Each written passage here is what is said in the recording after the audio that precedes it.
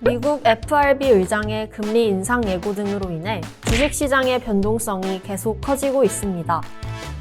지난 1월 마지막 거래일에 계속 하락하던 나스닥 지수가 급반등하며 투자자들 사이에서 저점 매수 논란이 있었습니다. 찰리 비엘로 콤파운드 캐피털 설립자는 데드캣 바운스 가능성을 제시하였습니다. 데드캣 바운스는 주가가 하락하는 추세에서 일시적으로 반동하는 경우를 말합니다. 높은 곳에서 떨어뜨리면 죽은 고양이도 튀어오른다는 월스트리트 문장에서 유래했습니다.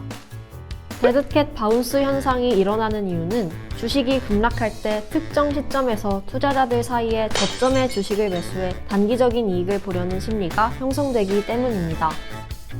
찰리 비엘로가 말하기를 닷컴 버블 붕괴 때인 2000년에서 2002년 사이 여러 번 큰 폭의 반등이 있었다. 나스닥 100 지수를 기준으로 저점에서 50% 오른 적이 있지만 이후 83% 추가 하락했다. 또다시 53.5% 반등했지만 그것도 데드캣 바운스였다고 지적했습니다.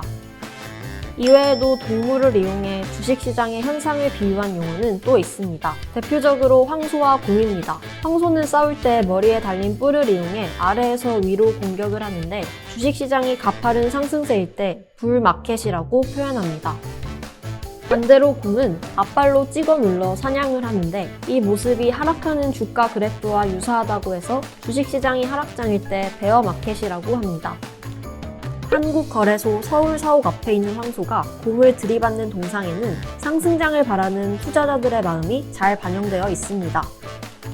주식시장을 개에 비유한 웩도독이라는 말도 있습니다. 웩도독, 즉 개의 꼬리가 몸통을 흔든다는 말은 주객이 전도된 경우에 사용하는 미국 속담입니다. 주식시장에서는 꼬리인 선물시장이 몸통인 현물시장에 큰 영향을 미치는 현상을 가리킬 때 이 용어를 사용합니다. 기본적으로 선물은 현물 가격의 변동에 따라 발생할 수 있는 손실을 줄이기 위한 파생상품입니다. 정상적인 시장이라면 현물에 의해 선물이 움직여야 하지만 현실은 선물시장이 현물시장보다 시장의 정보에 더 민감하고 한 발 앞서 움직이는 경향이 있습니다. 현물과 선물의 가격 차이를 의미하는 스프레드가 너무 벌어지면 기관 투자자들은 프로그램 매매를 통해 차익 거래를 시도하여 선물시장이 현물시장에 영향을 미치게 됩니다. 웩도독 현상이 발생하는 것입니다. 마지막으로 소개할 동물은 검은 백조, 블랙스완입니다. 블랙스완이라는 용어는 1697년 네덜란드 탐험가 윌리엄 드 블라밍이 호주에서 기존에 없었던 검은 백조를 발견한 것에서 착안하여 전혀 예상할 수 없었던 일이 실제로 나타나는 경우를 비유할 때 사용됩니다.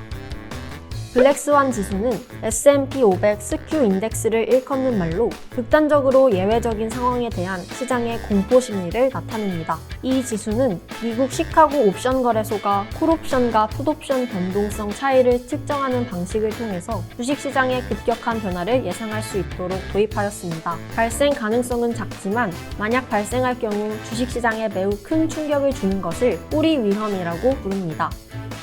나심 탈레브는 발생할 가능성은 낮지만 발생 시 엄청난 파급 효과를 가져오는 사건으로 2008년 글로벌 금융위기를 설명하면서 블랙스완이라는 용어를 사용하였습니다.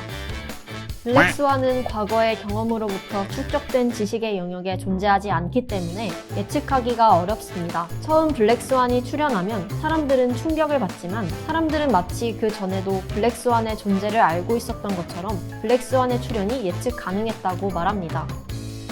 나심 탈레브는 우리가 살아가는 세상은 과거의 지식으로 설명되는 예측 가능한 세상이 아니라 블랙스완이 출현하는 공간이라고 합니다. 그러므로 사람들은 블랙스완이 출현할 가능성과 결과를 어떤 선택에 앞서서 먼저 고려할 필요가 있다고 주장합니다.